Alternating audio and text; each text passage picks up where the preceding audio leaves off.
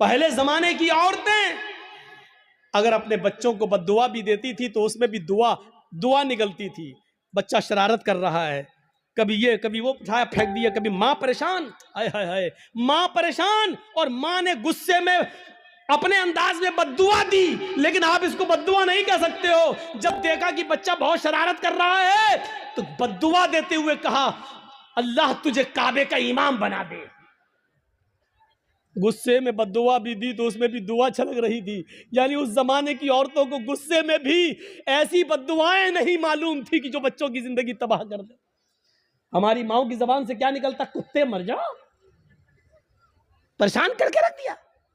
अब कुत्ता कहती जा रही है, अब ये नहीं सोच रही कि कुत्ते की अम्मा कौन हुई, लेकिन कह रही कुत्ते मर जाओ, और पता नहीं क्या क्या वो कह देती है।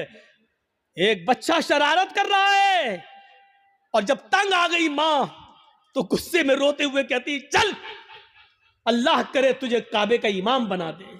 और पता नहीं कौन सी घड़ी में ये दुआ निकली और अर्श वाले ने इसको कबूल फरमाई, और वो बच्चा फिर काबे का इमाम बनकर निकला।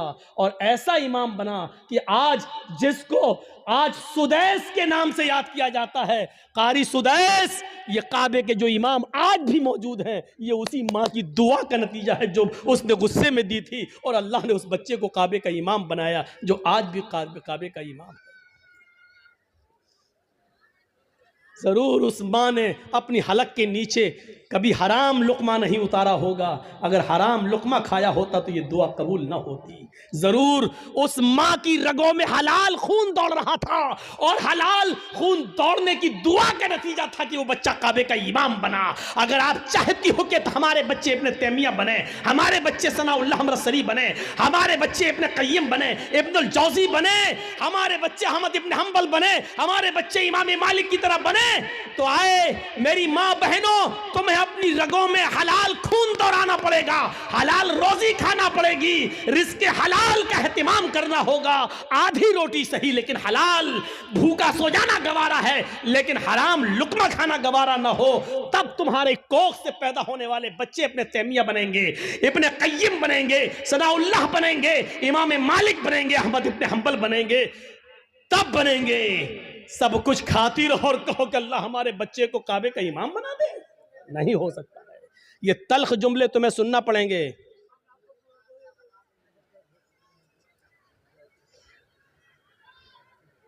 सुनना पड़ेंगे तल्ख जुमले।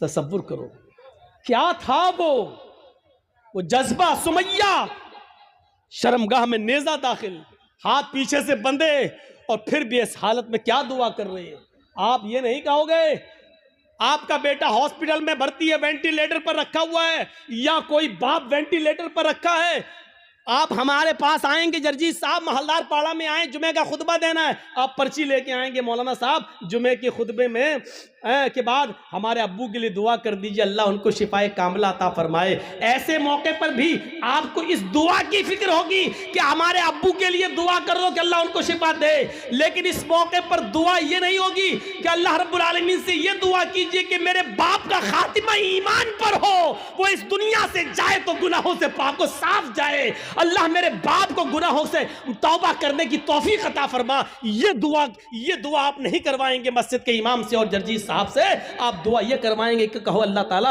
उनको शिफाए कामिला और आजिला अता फरमाए। मैं ये नहीं कह रहा हूं कि ये दुआ करना गलत है, जायज है, लेकिन सुनो, हजरत सुमैया ने उस मौके पर यह नहीं कहा अल्लाह मेरी हिफाजत फरमा, अल्लाह इसने नेजा मारा है तू मुझे शिफा दे, अल्लाह मेरी शर्मगाह में जो जख्म हो गया है उसको ठीक कर दे। उसने ये दुआ नहीं की, उसने दुआ ये की, या रब्बी सब्बित कदमैया अला दीनिक, अल्लाह अपने दीन पर, अल्लाह ईमान पर मेरे कदम को साबित रख दे, अल्लाह ऐसा ना हो कि इसकी तकलीफें मुझसे मेरा ईमान छीन ले।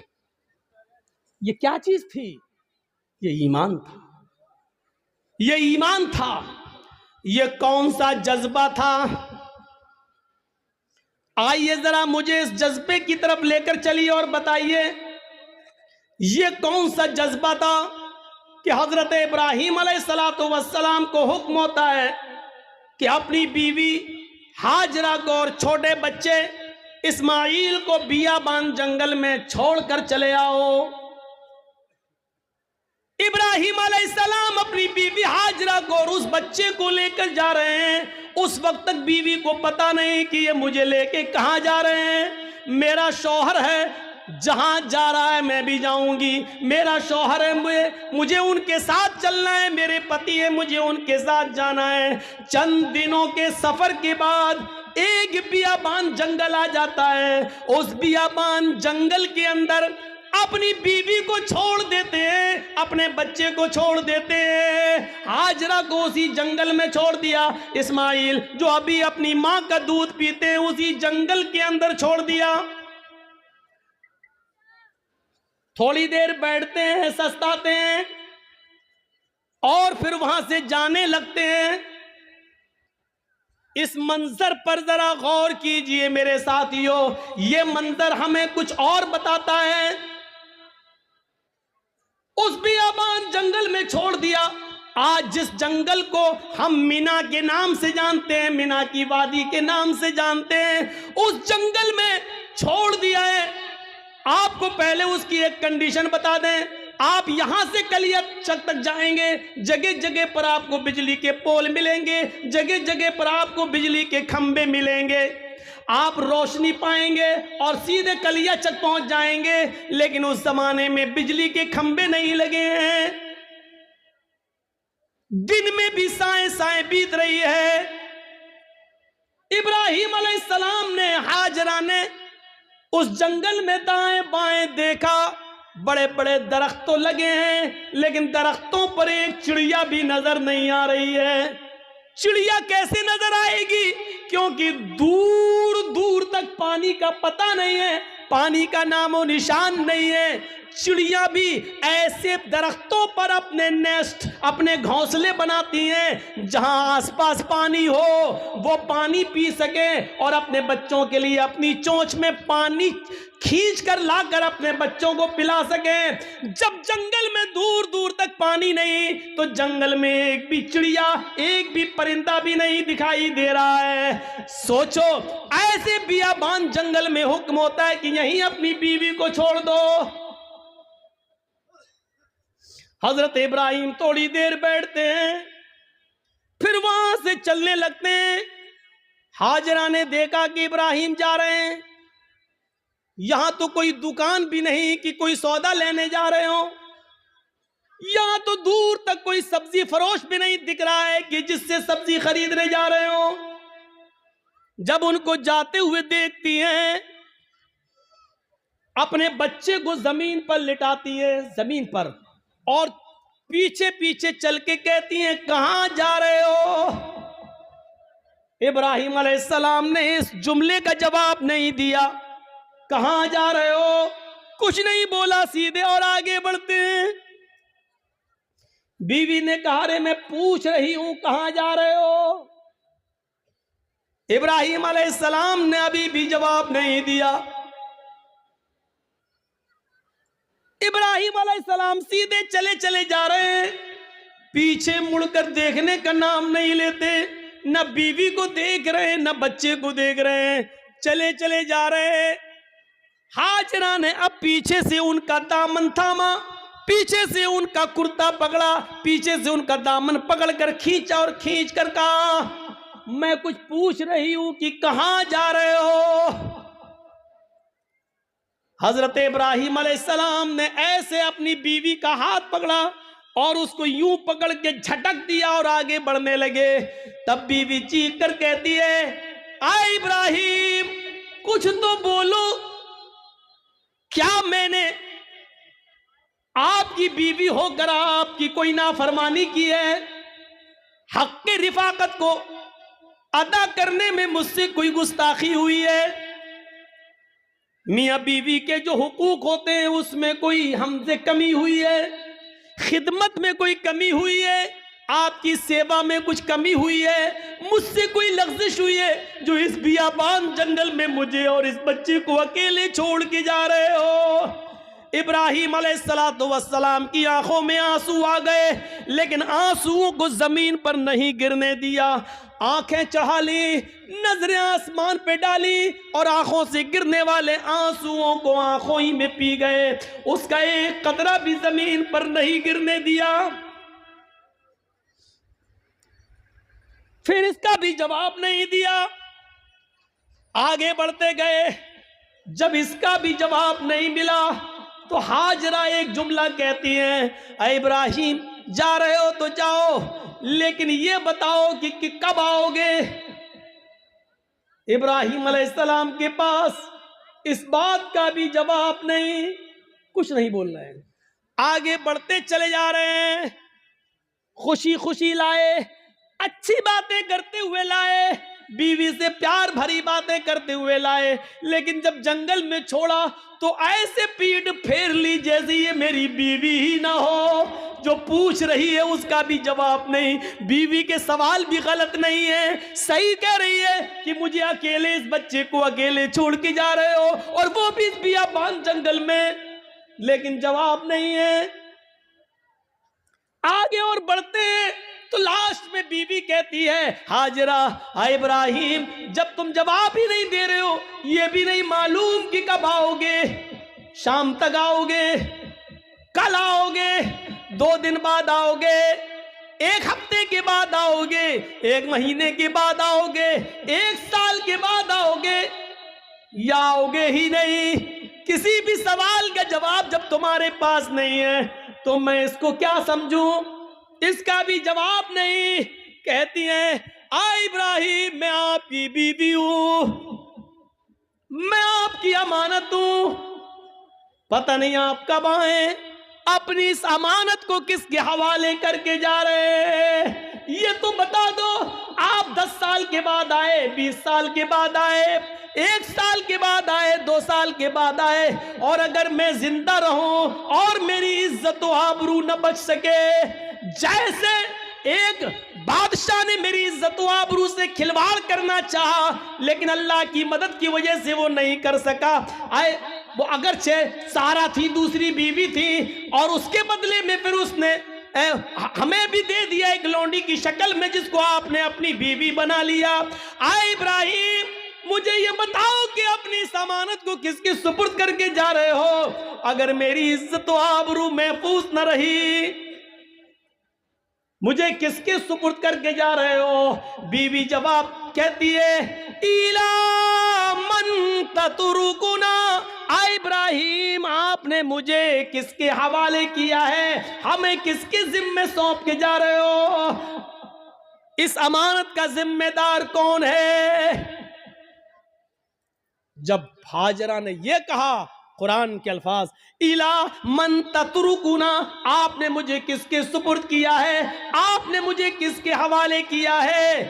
तब इब्राहिम अलैहिस्सलाम अब इसका जवाब देते हैं, लेकिन हाजरा की तरफ देख कर नहीं, बच्चे की तरफ देख कर नहीं। अगर पीछे घूमूंगा बीवी की शक्ल दिखेगी, मासूम बच्चे को देख लूंगा तो कहीं बीवी की और बच्चे की मोहब्बत मेरे दिल में ना आ जाए, और फिर मैं जिस काम के लिए अल्लाह के हुक्म से जा रहा हूं उस काम से कहीं मैं रुक ना जाऊं। ईमानी ताकत देखिए, ईमानी इस ताकत की वजह से वो बीवी को नहीं देख रहे हैं, बच्चे को नहीं देख रहे हैं। बीवी की मोहब्बत है, बच्चे की मोहब्बत है, लेकिन ईमान की ताकत देखिए। क्या कहते हैं, ना बीवी को देखना गवारा, ना बच्चे को देखना गवारा, और बीवी कह रही है कि मुझे किसके सुपुर्द करके जा रहे हो। इस जंगल में तो चिड़ियां भी नहीं है, हमें इस जंगल में रात होगी, खतरनाक जानवर भी तो आ सकते हैं, मेरा क्या होगा, मुझे बताओ मुझे किसके सुपुर्द करके जा रहे हो। इब्राहिम अलैहिस्सलाम ने कदम आगे बढ़ाते बढ़ाते, चलते चलते जवाब दिया, इल्लल्लाह, आए मेरी बीवी, मैंने तुझे और तेरे इस बच्चे को, मैंने तुझे और अपने इस बच्चे को अल्लाह के सुपुर्द कर दिया, अल्लाह के हवाले कर दिया है। यानी अल्लाह ने मुझे छोड़ने का हुक्म दिया, मैंने अल्लाह के हुक्म से तुझे छोड़ा, इस बच्चे को छोड़ा। मैं कहाँ जा रहा हूँ मुझे पता नहीं, अल्लाह जहाँ ले जाएगा मैं जाऊँगा, जो हुक्म देगा मैं करूँगा, कब आऊँगा इसका भी कोई पता नहीं, जब तक उसकी इजाज़त हुक्म ना होगा मैं नहीं आऊँगा। आए मेरी बीवी, मैंने तुझे और इस बच्चे को अल्लाह के सुपुर्द कर दिया है, अल्लाह के हवाले कर दिया है। अब इब्राहिम अलैहिस्सलाम की बीवी का भी जवाब सुनो।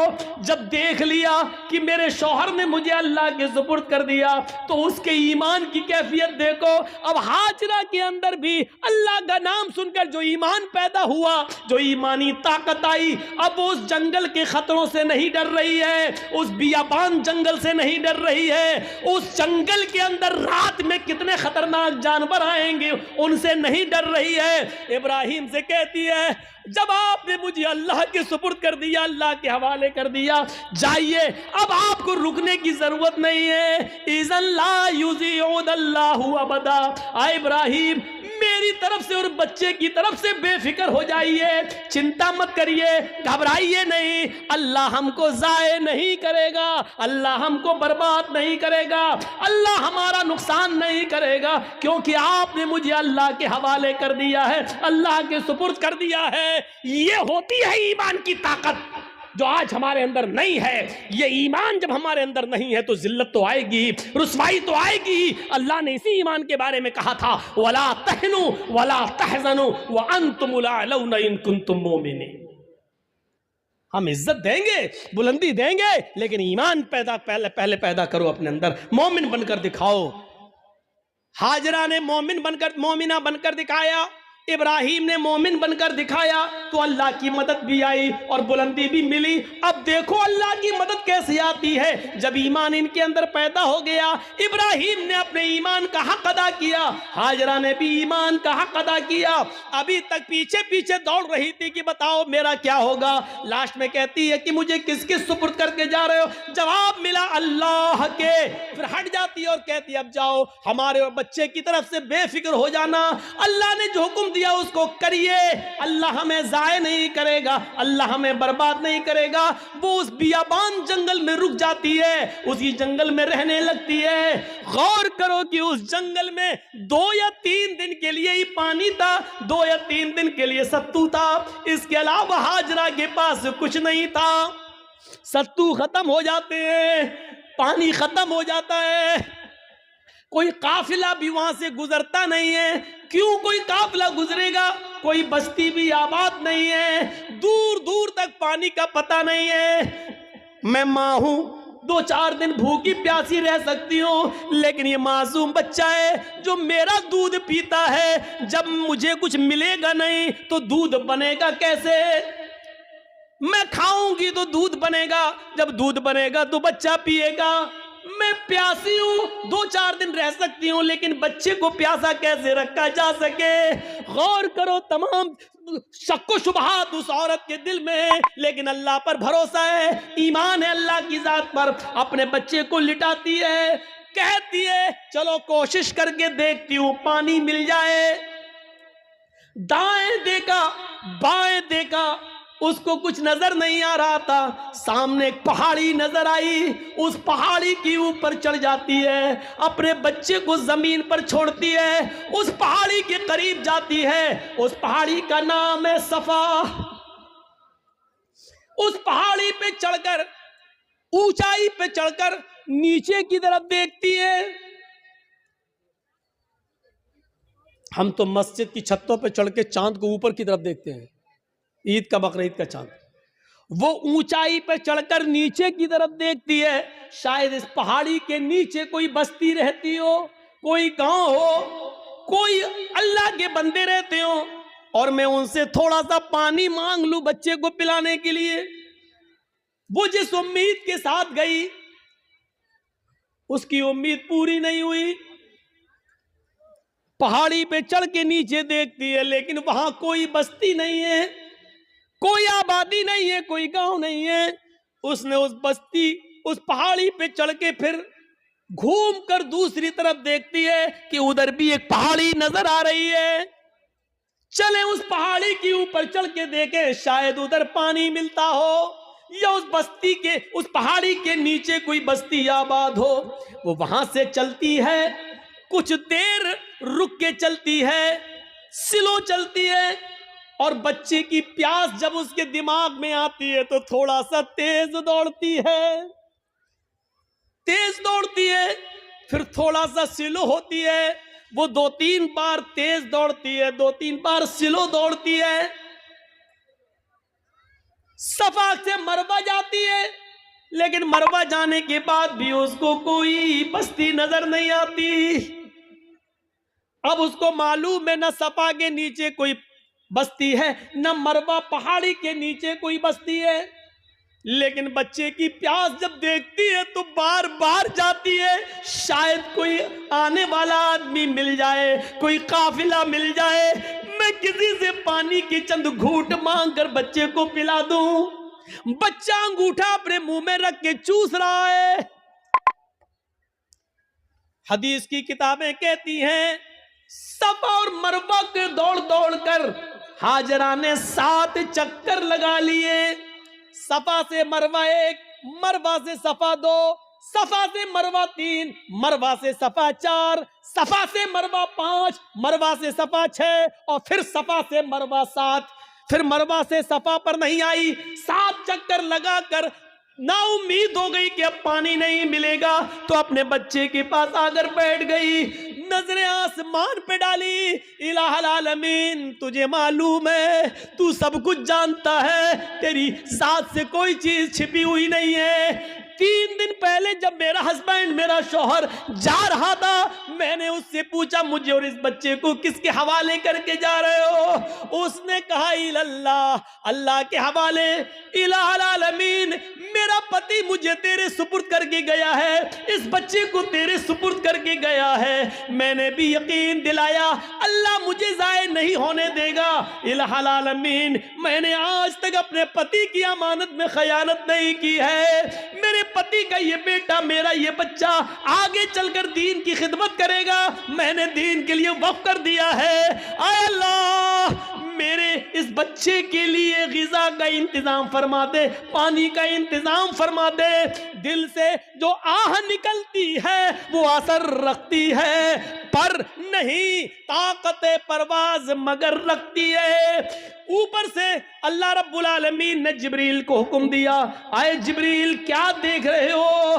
मेरी बंदी मुझे पुकार रही है और मेरा बंदा इब्राहिम इन दोनों को, इस्माइल और हाजरा को मेरे सुपुर्द करके गया है। अगर मेरे सुपुर्द करने के बाद भी ये दोनों भूखे और प्यासे मर गए तो फिर दुनिया से विश्वास उठ जाएगा, फिर ईमान किसके अंदर पैदा होगा? आए जिब्रील, जाओ, जिस जगह इस्माइल एड़ियां रगड़ रहे हैं उसी जगह पर तुम अपना पर मारो और फिर मेरी कुदरत का करिश्मा देखो। जिब्राइल आए और उसी जगह पर मारा और पानी का चश्मा उसी जगह फूट गया। इब्राहिम, इस हाजरा ने देखा कि पानी का चश्मा निकल गया तो वो रोकने लगी, पानी है वो बह रहा है, वो रोक रही हैं, इधर ना चला जाए उधर ना चला जाए। वो समझ रही थी शायद अभी ये थोड़ी देर के लिए बंद हो जाएगा, तो समेट रही हैं और जज्बात में कह रही पानी तो बहता जा रहा है, वो ऐसे लेती चुल्लू ऐसे रोक रही है और कहती जम जम, अबरानी जबान का लफ्ज जम जम, अरे कहां जा रहा, रुक रुक रुक, जम जम, जम जम का मतलब रुक रुक, ठहर जा।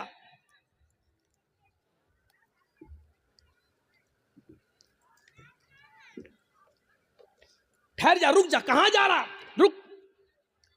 ये जमजम का लफ्ज भी अल्लाह के रसूल को इतना पसंद आया कि आपने जमजम के लफ्ज को जमजम ही रहने दिया, इसके लिए कोई अरबी का लफ्ज इस्तेमाल नहीं किया। रुक रुक, पानी नहीं रुकता तो उन्होंने मुडेर बांध दी, वही मिट्टी से इकट्ठा करके ऐसे बनाती चली गई, मुडेर बांध दी। अल्लाह के नबी ने एक बार खुतबा दिया था और कहा था अल्लाह हाजरा पर रहम फरमाए, अगर हाजरा ने मुंडेर न बांधी होती तो अल्लाह उस पानी को पूरी दुनिया में फैला देता। और जो चीज़ पूरी आम हो जाए तो उसकी कदर कम हो जाती है। आज देख रहे हो ना, हमारे मुल्क में भी बहुत से लोग एक पानी की पूजा करते हैं, गंगा जल, लेकिन चूंकि वो इतनी ज़्यादा तादाद में है कि अब उसकी कोई कदर नहीं रह गई है। बाकायदा गवर्नमेंट को गंगा की सफाई के लिए पैसा देना पड़ता है और गंगा की सफाई की वजह से सरकारें बदल भी जाती हैं, इसने गंगा का ख्याल नहीं रखा है। और कभी कभी गंगा का नाम लेकर लोग बोर्ड भी मांगते हैं, न मुझे आपने बुलाया है न मैं आया हूँ, मुझे माँ गंगा ने बुलाया है। इस तरीके से लोगों को भावुक करके माँ गंगा को माँ कहकर इस तरीके से लोग उसको नीलाम भी करते हैं। एक तरीके से देखा जाए तो इस तरीके से आज उस पानी की क्या कदर है। लोग उसमें पेशाब भी कर रहे हैं, पैखाना भी कर रहे हैं, लेटरिन भी कर रहे हैं, सब कुछ हो रहा है उसके अंदर है? इसीलिए उसकी सफाई के लिए पैसा मांगा जा रहा है, ये किया जा रहा है, वो किया जा रहा है। लेकिन जमजम को देख लो, आज कितनी कदर की नजरों से देखा जाता है। आज भी सऊदिया में होने के बावजूद भी आप देख लीजिए उस पानी की कैसी कदर है, उस पानी की इज्जत कैसी है। और उस पानी की खुसूसियत यह है कि जो लोग 5 साल पहले हज करके आए हैं और जमजम लेके आए होंगे, आज भी उनके घर में जमजम अगर 5 साल पुराना भी रखा होगा तो उसमें न तो कीड़े पड़े होंगे न जरासीम पड़े होंगे। ये एक कैफियत, ये एक कशिश रखी है अल्लाह रब्बुल आलमीन ने उस पानी के अंदर। ये जीता जागता मौजज़ा, चश्मा जारी हो गया।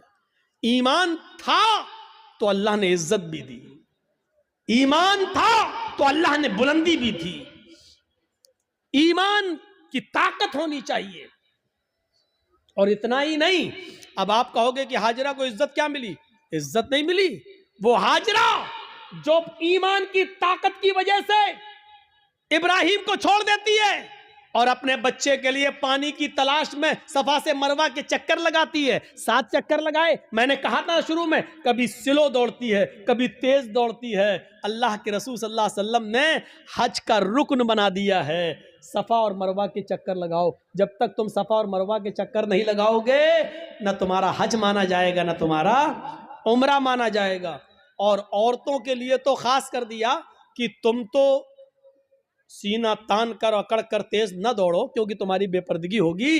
लेकिन हाजरा जहां जहां तेज दौड़ी थी और थोड़ा सा अकड़ के ऐसे दौड़ी थी, अल्लाह के नबी सल्लल्लाहु अलैहि वसल्लम ने मर्दों को हुक्म दे दिया कि जब भी वो सफा से मरवा और मरवा से सफा की चक्कर लगाएं तो जहां हाजरा तेज दौड़ी थी वहां उनको भी तेज दौड़ना है, जहां हाजरा स्लो हुई थी वहां तुम्हें भी स्लो होना है।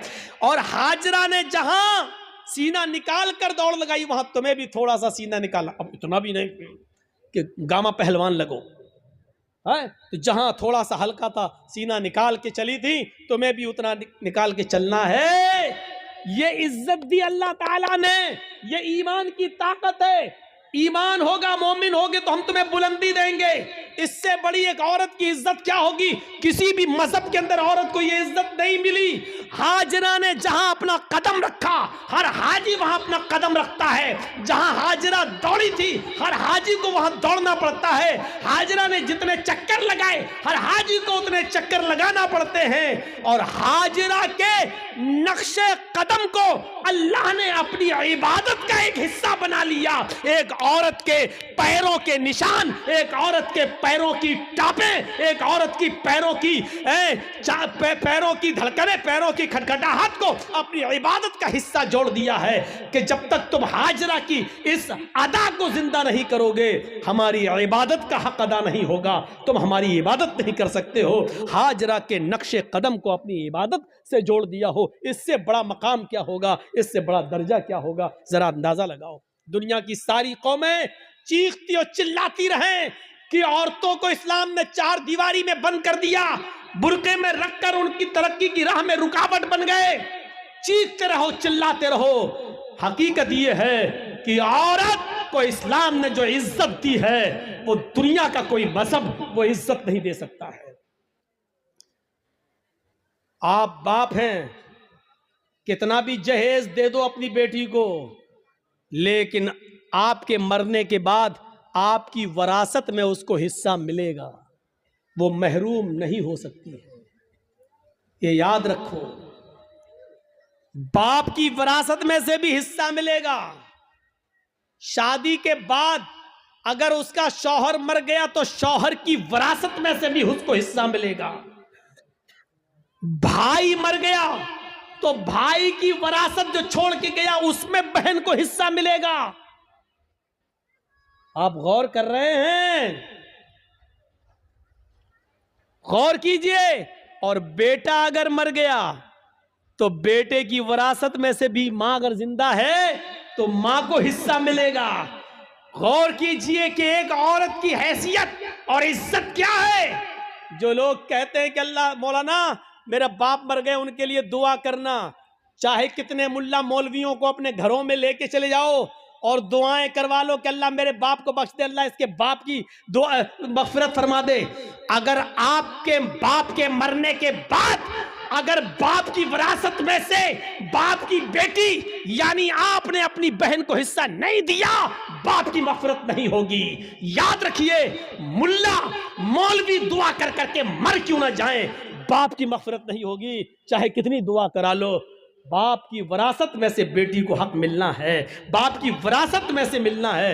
और चाहे कितना कोई दुआ करे, लेकिन भाई के मरने के बाद बहन दुआ करे कि अल्लाह मेरे भाई को बख्श दे, जब तक भाई के मरने के बाद भाई की विरासत में से बहन को हिस्सा नहीं मिलेगा, दुआ कबूल नहीं होगी और भाई की मगफिरत नहीं होगी। पढ़े बहुत आसान समझ लिया ना, जन्नत जब चाहे अल्लाह जन्नत दे, अल्लाह जन्नत तो मिल नहीं सकती, जन्नतुल फिरदौस दे। मांगते कितनी बड़ी जन्नत है, सबसे आला जन्नत। अभी तो यही पता नहीं कि हमें कोई छोटी से हल्का जमीन का जन्नत का मामूली सा टुकड़ा भी मिल जाए, हमारे लिए वही काफी है।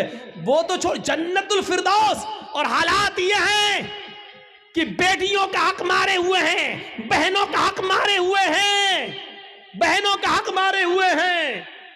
हालत ये है हमारी। जहेज देकर आप जिम्मेदारी से सबको दोष नहीं हो जाएंगे, जिम्मेदारी से बच नहीं पाएंगे। आपको हिस्सा देना पड़ेगा, आपको हक देना पड़ेगा। ये ईमान की स्पिरिट थी, ईमान की ताकत थी। आइए एक और जबरदस्त एक नक्शा खींचकर आपको बताता हूं। देखिए ईमान क्या है। एक बार ये तय हो गया मूसा अलैहिस्सलाम में और फिरौन में, ये रोज रोज के झगड़े ठीक नहीं है, आओ एक मैदान में जमा हो जाते हैं, तुम अपना मामला दिखाओ, हम अपना मामला दिखाते हैं, या तो तुम झुक जाओ या हम झुक जाएं, आओ। एक मैदान तय हो गया। ए भैया बैठ जाओ, इनसे कहो कि पेशाब लग रहा तो यहीं कर लो। तो ऐसा लग रहा है जैसे किसी की चप्पल चुरा के भाग रहे हो।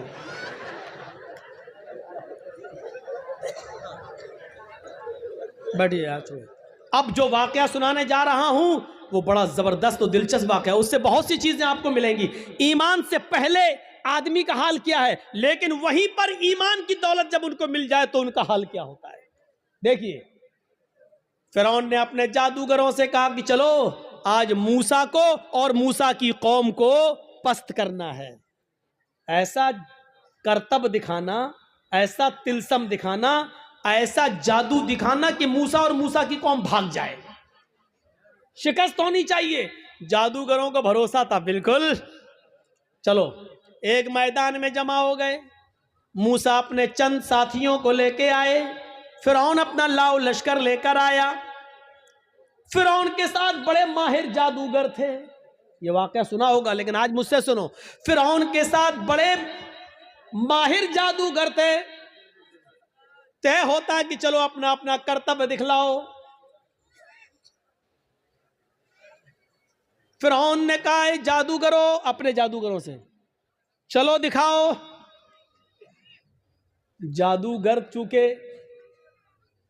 ईमान वाले तो थे नहीं, इसलिए सौदेबाजी पर उतर आए और फिरौन से कहने लगे, फिरौन मेरे मालिक, मेरे आका, मेरे रब, मेरे खुदा, ये बता दो, अगर हम फिर मूसा पर गालिब आ गए, अगर हम जीत गए, अगर हमने मूसा और उनकी कौम को हरा दिया तो हमारा इनाम क्या होगा? पहले हमारा इनाम तो बता दो, हम ऐसे ही क्यों करतब दिखाएं? हमारा इनाम क्या होगा? फिरौन ने कहा कि दिखाओ अपना करतब, दिखाओ अपना जादू। तो फिरौन के जादूगरों ने जादू दिखाने से पहले क्या कहा? कुरान उन जादूगरों के अल्फाज को रिकॉर्ड करता है। उन जादूगरों ने फिरौन से कहा, इन्ना लना लाजरन इन कुन्ना नहनुल गालिबीन। ठीक है, हम अभी जादू दिखाते हैं, लेकिन आए फिरौन ये बताओ, अगर हमने मूसा और मूसा की कौम को हरा दिया और हमारा करतब देखकर, हमारा नाटक देखकर अगर ये सब हार जाओ, भाग जाएं, तो हमारा अज्र क्या होगा? इन्ना लना लाजरन, हमारी मजदूरी क्या होगी, हमारा इनाम क्या होगा? इन कुन्ना नहनुल गालिबीन, अगर हम इनके ऊपर गालिब आ गए तो, अगर हम इनके ऊपर गालिब आ गए तो क्या इनाम होगा? फिरौन ने मुस्कुराते हुए जवाब दिया, इन्नकुम लमिनल मुकर्रबीन, अगर मूसा और मूसा का लश्कर हार गया, शिकस्त फाश दे दी, डर गया और भाग गया, तो तुम, लमिनल मुकर्रबीन का तर्जमा में, तुम मेरी कैबिनेट में शामिल हो जाओगे, कैबिनेट मिनिस्टर बन जाओगे। सही तर्जमा ये, तुम मेरे बहुत करीब हो जाओगे। एक चीफ मिनिस्टर होता है, एक प्राइम मिनिस्टर होता है, तो प्राइम मिनिस्टर और चीफ मिनिस्टर का के करीबी लोग कौन होते हैं? जो उसकी कैबिनेट में शामिल होते हैं। जो भी चीफ मिनिस्टर को करना होता है वो अपनी कैबिनेट से मशवरा करता है, प्राइम मिनिस्टर को जो करना होता है वो अपने कैबिनेट से मशवरा करता है। तो हम जो भी कुछ करेंगे तुम्हारे मशवरे से करेंगे, यानी तुम हमारे मुकर्रब हो जाओगे, हम तुम्हें अपनी कैबिनेट में शामिल कर लेंगे। बाअल्फाज दीगर हम तुम्हें अपना वजीर बना देंगे, तुम्हें हम अपना मिनिस्टर बना लेंगे, वजीर बना लेंगे, तुम्हारा ये इनाम होगा। अब इतना सा लालच अगर किसी को मिल जाए तो ये तो बहुत बड़ी बात हो गई ना, बहुत बड़ी बात हो गई। आज भी अगर बीजेपी की तरफ से किसी मुसलमान को ये ऑफर मिल जाए तो वो भी बीजेपी पे चला जाता है। और देख लीजिए कितने लोग जा चुके हैं कि कैबिनेट में शामिल कर लिया जाएगा, बस हमारे लिए इतना ही काफी है। अब तो सब कुछ जायज हो गया, जो भी वो करेंगे वो सब ठीक है, वो सब ठीक है। अब तो झूठ को भी सच कहना पड़ेगा। जब उन जादूगरों ने सुना कि फिरौन कह रहा है कि इन्नकुम लमिनल मुकर्रबीन, तुम हमारे मुकर्रब हो जाओगे, हमारी कैबिनेट में शामिल हो जाओगे, हमारे मिनिस्टर बन जाओगे, इतना बड़ा इनाम का जब लालच उनको मिला तो वो फौरन तैयार हो गए। फिर उनके पास जो रस्सियां थी उन्होंने उन रस्सियों को फेंका, उन्होंने उन रस्सियों को डाला। उन्होंने जब उन रस्सियों को मूसा के सामने और मूसा की कौम के सामने फेंका तो वो रेंगते हुए सांप बन गए, रेंगते हुए सांप बन गए, सांप बनकर रेंगने लगे। हालांकि वो सांप नहीं थे, वो नजर बंदी थी, हमें दिखाई दे रहे हैं सांप की तरह रेंग रहे, लेकिन वो सांप नहीं थे। जैसे जादूगर जो हमारे मोहल्ले में आता है, मिट्टी उठाएगा, रखेगा, मुट्ठी बंद करेगा, छू मंतर जादू वो करके ऐसे घुमा के खोलेगा, रुपया बन जाएगा। हालांकि वो रुपया नहीं है, वो मिट्टी है, लेकिन हमें रुपया दिख रहा है। अगर जादूगर मिट्टी को रुपया बनाना जानता होता तो अपना जादू खत्म करने के बाद फिर कटोरा लेकर 1-1, 2-2 रुपए की भीख हमसे क्यों मांगता? वो कहता है कि ये कला है, ये मिट्टी को मैंने रुपया बनाया, ये सिर्फ हमारी हाथ की सफाई है, ये तुम्हें रुपया दिख रहा है लेकिन हकीकत में रुपया नहीं है। अगर रुपया होता तो फिर तो हम घर बैठ के ये तमाशा क्यों दिखाते तुम्हें, हम तो घर बैठ के मिट्टी का रुपया बनाते रहते। मूसा और मूसा की कौम को वो रेंगते हुए सांप दिखने लगे तो मूसा अलैहिस्सलाम डरने भी लगे, ऐसे हटने भी लगे। फौरन अल्लाह ताला ने फरमाया, मूसा डरो नहीं, ला तखफ या मूसा, अरे मूसा डरो नहीं, तुम्हारे पास जो लाठी है ना, जो डंडा है, इसको जमीन पर मारो, अन अलक़ि असाक, जमीन पर इस लाठी को मारो। मूसा अलैहिस्सलाम ने वो लाठी जमीन पे मार दी और जैसे ही जमीन पे लाठी मारी वो अजदहा बन गया। अजदहा बहुत बड़ा होता है, वो अजदहा बन गया और उसने अपना मुंह फाड़ा और अंदर को सांस ली, बाहर को नहीं, अंदर को, अंदर को। जब उसने अंदर को सांस ली तो वो जितने भी सांप जो रस्सियां बनी हुई थी वो सब उसके मुंह में घुसते चले गए, करके सबको खा गया। यहीं से मूसा फिरौन के जादूगरों की अकल ठिकाने आ गई। वो समझ गए हमने जो दिखाया वो नकली चीज थी, मूसा ने जो दिखाया वो ओरिजिनलिटी थी, वो असलियत थी। वो समझ गए कि अब हक के आगे मेरा बातिल नहीं चलेगा। यकदम वहीं से बदल गए, यहीं से चेंज हो गए। मूसा अलैहिस्सलाम ने डंडा जमीन पे मारा, वो अज़दा बन गया, अज़दा उनके सांपों को निकल गया। फिरौन के जादूगर समझ गए कि अब मेरी खैर नहीं, अगर मैंने कुछ और दिखाया तो हमारी आफत, हमारी बर्बादी, क्योंकि हमने जो दिखाया वो जादू था, मूसा ने जो दिखाया वो हकीकत है, और जादू कभी हकीकत का मुकाबला नहीं कर सकता। फौरन वही के वही वो सारे जादूगर पलटे और चीख पड़े, आमन्ना बिर्रब्बे मूसा व हारून, हम मूसा और हारून के रब के ऊपर ईमान ले आए। चीखते हुए उन्होंने कहा, अब हमने फिरौन को छोड़ दिया, मैं मूसा और हारून के रब पर ईमान ले आया। उन्होंने ये नहीं कहा कि मैं अल्लाह पर ईमान लाया। जादूगरों ने क्या कहा, बिरब्बे मूसा व हारून, हारून और मूसा के रब पर ईमान लाया।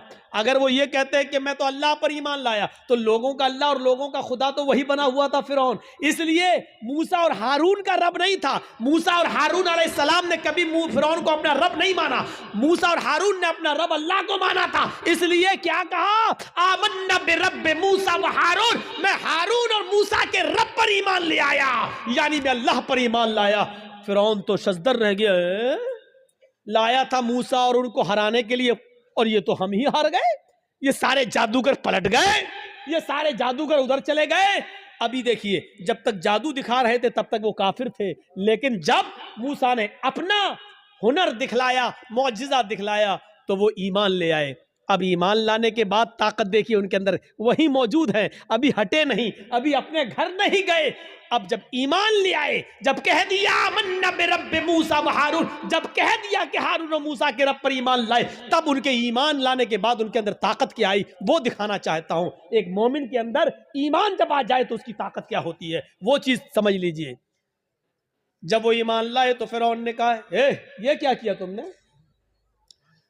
तो उन्होंने जवाब दिया कि अल्लाह की तरफ से हक आ जाने के बाद और अपनी आंखों से हक देखने के बाद भी मैं तुम्हारी गुलामी करूं और तुमको अपना रब मानूं, तो हमसे बड़ा बदनसीब कोई नहीं होगा, हमसे बड़ा फिर पागल कोई नहीं होगा। हमने आज अपनी आंखों से हक देख लिया और सच्चाई देख ली और मूसा की का मौजिजा देख लिया है। मूसा ने जो दिखाया वो अल्लाह की तरफ से है, इसलिए अब हक आ जाने के बाद हम तुम्हारी गुलामी नहीं कर सकते, हम तुम्हें तरजीह नहीं दे सकते। फिरौन ने कहा, अब जानते हो तुम्हारा अंजाम क्या होगा, जानते हो तुम्हारा अंजाम क्या होगा? उन्होंने कहा, ए फिरौन, फिर हमारे अंजाम को भी बता दो कि क्या अंजाम होगा हमारा। फिरौन ने कहा, ला उक़त्तिअन्ना,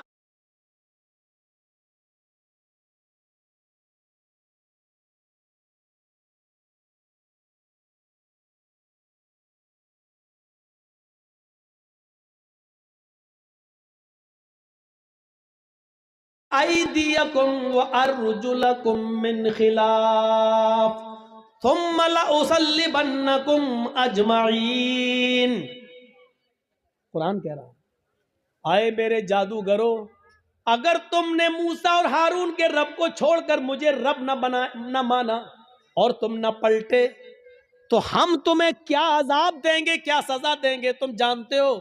लउक़त्तिअन्ना ऐदियकुम व अर्जुलकुम मिन खिलाफ, हम तुम्हारे हाथ कटवा देंगे, हम तुम्हारे पैर कटवा देंगे मुखालिफ सिमतों से, यानी दाहिना हाथ काटेंगे तो बायां पैर, और बायां हाथ काटेंगे तो दायां पैर।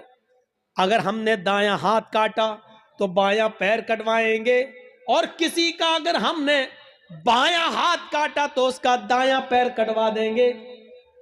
लउक़त्तिअन्ना ऐदियकुम व अर्जुलकुम, अरबी से वाकिफ होंगे तो आप समझ जाएंगे, लेकिन अरबी से वाकिफ नहीं है, अल्फाज की ज़्यादती माना की ज़्यादती पर दलालत करती है। अरबी जबान में कता यक्ताओं के माना होते हैं काटना, ये इसको कहा जाएगा कता, काटना, लेकिन इधर से काटा, इधर से काटा, इधर से काटा, ये काटा, ये काटा, इसको कहा जाता है कत्ता युक़त्तिउ तक़ती, टुकड़े टुकड़े करना। फिरौन ने ये नहीं कहा था कि हम तुम्हारे हाथ और पैर काट देंगे। फिरौन ने कहा लउक़त्तिअन्ना अयदियकुम व अर्जुलकुम, हम तुम्हारे हाथ के टुकड़े टुकड़े करवा देंगे, हम तुम्हारे पैर के टुकड़े टुकड़े करवा देंगे, हमारी जबान में कीमा कीमा कर देंगे, बोटी बोटी कर देंगे मुखालिफ सिमतों से। यानी पहले अंगूठा काटेंगे, फिर पंजा काटेंगे, फिर पिंडली काटेंगे, टखना काटेंगे, पिंडली काटेंगे, घुटना काटेंगे, रान काटेंगे, कमर काटेंगे। अगर मैंने तुम्हारा दाहिना पैर काटा तो ऐसे ही बायां हाथ काटेंगे, पहले उंगली काटेंगे, पोर काटेंगे, कलाई काटेंगे, गट्टा काटेंगे, हाथ की ये कलाई, फिर ये कोहनियों, फिर कंधा, यानी हम टुकड़े टुकड़े कर देंगे। कितनी दर्दनाक सजा, जिंदा आदमी को एक एक हिस्सा काटा जाए। लहू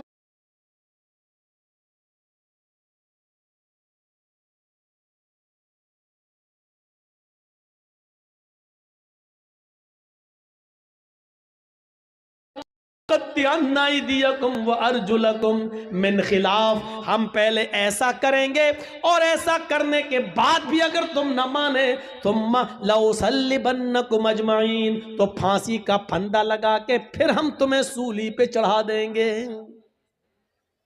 अब दो चीजें समझ लो, इतनी बड़ी सजा सुनने के बाद इनका जवाब क्या था।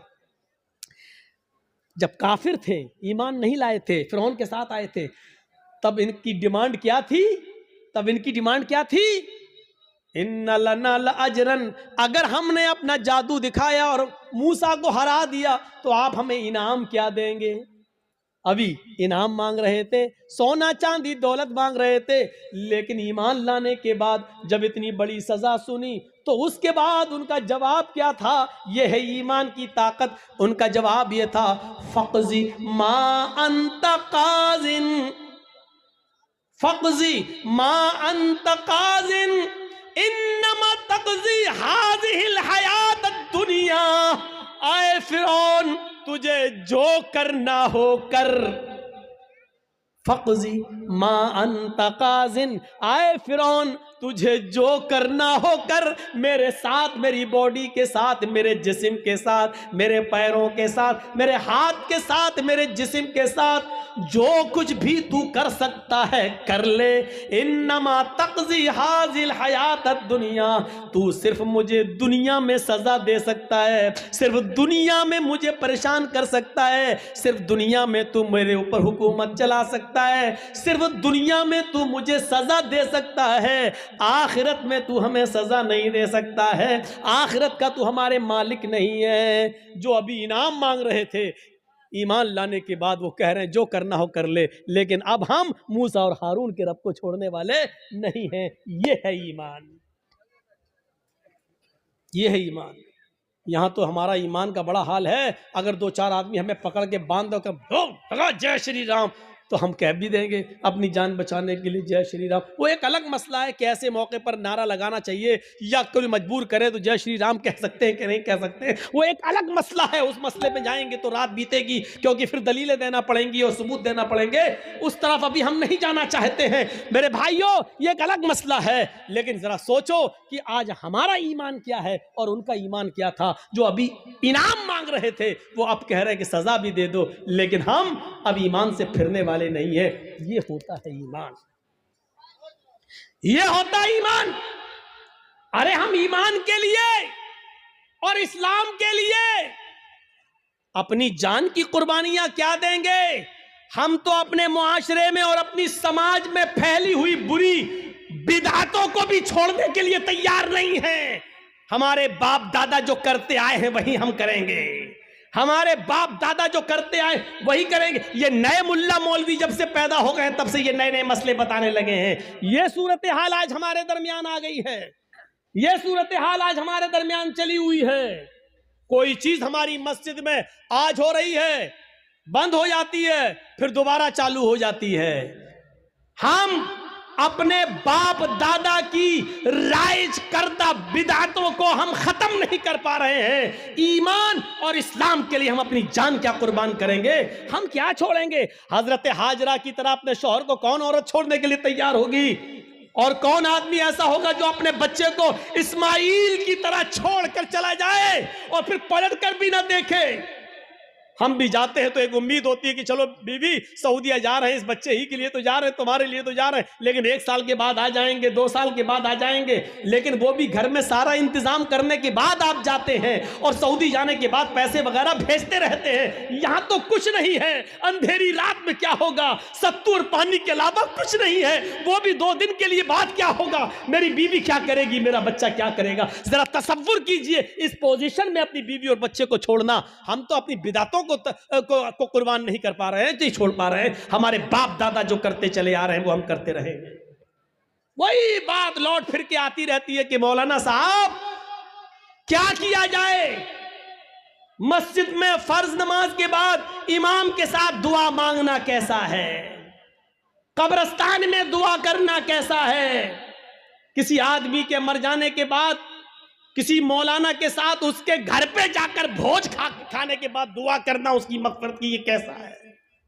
वही पुराने घिसे पिटे सवाल जो हम 15-20 साल से इन इलाकों में आके बोलते जा रहे हैं, वही सवाल, और आज तक हम उनको ख़त्म करने के लिए तैयार नहीं होते हैं। ये हमारी बेशर्मी का हाल है, ये हमारी बेशर्मी का हाल है।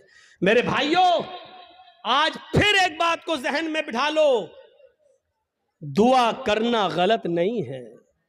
एक बात फिर जहन में रख लो, दुआ एक इबादत है और इबादत वैसे की जाएगी जैसे जनाब मोहम्मद रसूलुल्लाह ने बताई है।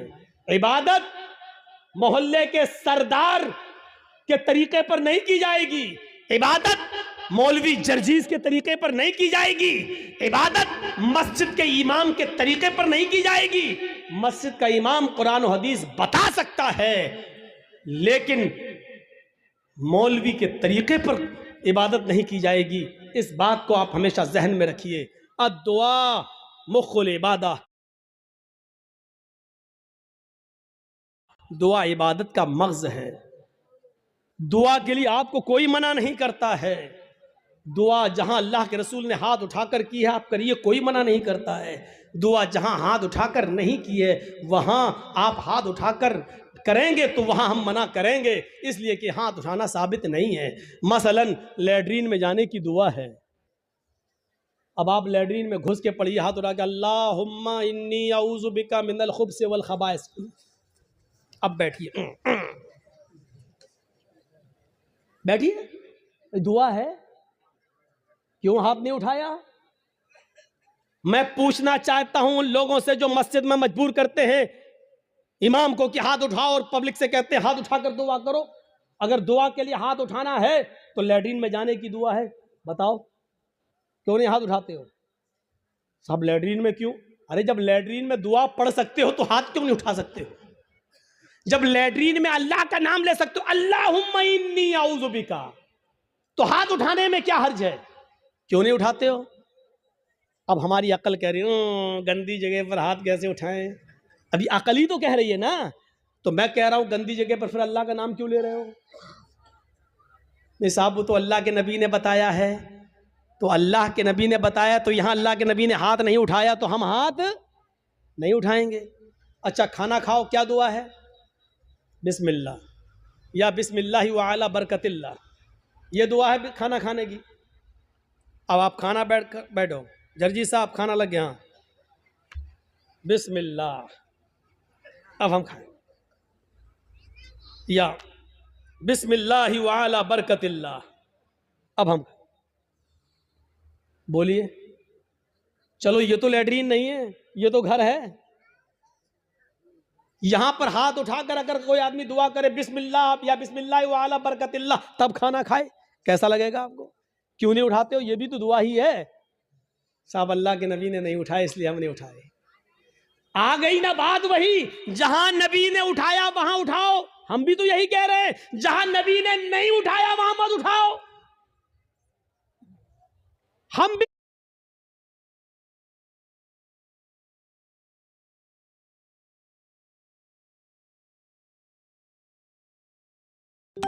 तो आपसे यही कह रहे हैं। अच्छा, वुजू बनाया, क्या दुआ पढ़ते हो? बिस्मिल्लाह। वुजू के बाद क्या दुआ पढ़ते हो? अशहदु अल्ला इलाहा इल्लल्लाह व अशहदु अन्ना मुहम्मदन अब्दुहु व रसूलुहु। अल्लाहुम्मा जअलनी मिनत तव्वाबीन वजअलनी मिनल मुतत्तहिरीन, यही दुआ तो पढ़ते हो। अच्छा, वुजू बनाने के बाद किसी को देखा, पैर धुलने के बाद आया हो किबले की तरफ मुंह करके, अशहदु अल्ला इलाहा इल्लल्लाह वहदहु ला शरीका लहु व अशहदु अन्ना मुहम्मदन अब्दुहु व रसूलुहु अल्लाहुम्मा जअलनी मिनत तव्वाबीन वजअलनी मिनल मुतत्तहिरीन। मैं पूछना चाहता हूं क्यों नहीं पढ़ हाथ उठाते हो? यहां वुजू के बाद की दुआ है, हाथ उठाना साबित नहीं है। अजान के बाद की दुआ है, अल्लाहुम्मा रब्ब हाज़िहि दावति ताम्मा व सलातिल काइमा आति मुहम्मदनिल वसीला वल फजीला, लेकिन हाथ उठाना साबित नहीं है। चांद देखकर दुआ मांगना साबित है, चांद देखकर दुआ मांगी जाए, लेकिन हाथ उठाना साबित नहीं है। इसी तरीके से कब्रिस्तान में जाकर दुआ करना जायज है। अल्लाह के नबी ने फरमाया इस्तगफिरू लि अखीकुम, अपने भाई के लिए दुआ करो। हर आदमी को मिट्टी देने के बाद अपने भाई के लिए दुआ करना चाहिए, लेकिन यहां हाथ उठाना साबित नहीं है। जैसे इन जगहों पर हाथ उठाना साबित नहीं है, ऐसे ही कब्रिस्तान में भी हाथ उठाकर दुआ करना साबित नहीं। या है तो हमें बताओ कहां है? नहीं साहब, उठा लें तो हर्ज क्या है? अब इसका जवाब सुनो। अरे हमने हाथ उठाकर दुआ कर ली तो हर्ज क्या है? तो अब मुझे जवाब दो, लैट्रीन में हमने कह दिया हाथ उठाकर अल्लाहुम्मा इन्नी अऊज़ु बिका मिनल खुब्ज़ि वल खबाइस, तो हर्ज क्या है? मुझे इतना बता दो। अजान के बाद हमने हाथ उठाकर दुआ मांग ली है, अशहदु अल्ला इलाहा इल्लल्लाह, हर्ज क्या है? मुझे बता दो। यहां आपको हर्ज लगता है, मुझे कब्रिस्तान में हाथ उठाकर दुआ मांगने में हर्ज लगता है। क्यों इस्लाम को अपने और अपने बाप दादा के तरीके पर चलाना चाहते हो? इस्लाम चलेगा तो सिर्फ फातिमा के बाप के तरीके पर चलेगा।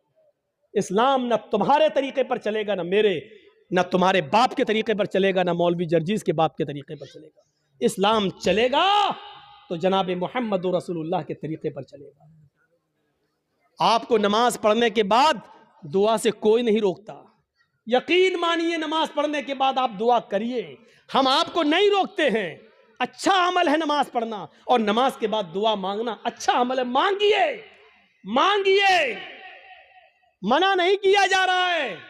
लेकिन यहां अल्लाह के रसूल से हाथ उठाकर दुआ मांगना, और नबी के हाथ उठाने के बाद सहाबा का हाथ उठाना, और नबी का हाथ चेहरे पर फेर कर पहनना, और उसके बाद सहाबा का भी हाथ चेहरे पर फेर लेना, नबी का दुआ मांगना और सहाबा का उस दुआ पर आमीन आमीन कहना, यहां नमाज के बाद साबित नहीं है। इसलिए आपको भी ऐसा नहीं करना है। अकेले आप जितनी लंबी दुआ मांगना चाहे मांगे।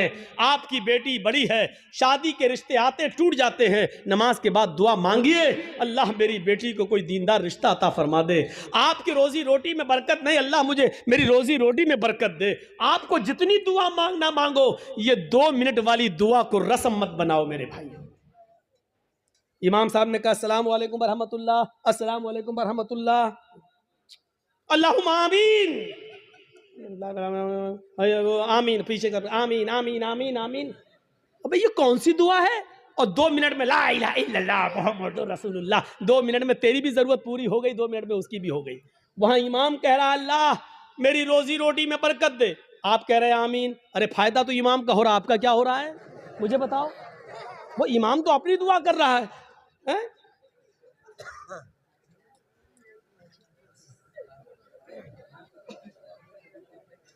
अब इमाम बेचारा कुंवारा है, शादी नहीं हुई है, इमाम कह रहा अल्लाह मुझे दीनदार लड़की अता फरमा दे, आप कह रहे हैं आमीन। फायदा तो इमाम का हो रहा, तुम्हारा क्या हो रहा है? अरे इमाम अपनी दुआ मांगे, तुम अपनी दुआ मांगो यार।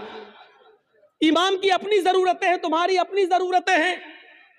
इमाम का बेटा बीमार है, उसके पेट में दर्द है, वो कह रहा अल्लाह मेरे बेटे को शिफा अता फरमा। अरे तुम्हारे बाप को कैंसर है, तुम अपनी दुआ मांगो अल्लाह मेरे बाप को कैंसर है, अल्लाह मेरे बाप को शिफा कामिला और आजिला अता फरमा। अरे इमाम के साथ साथ तेरे आमीन कहने से मखसूस दुआएं हो रही हैं।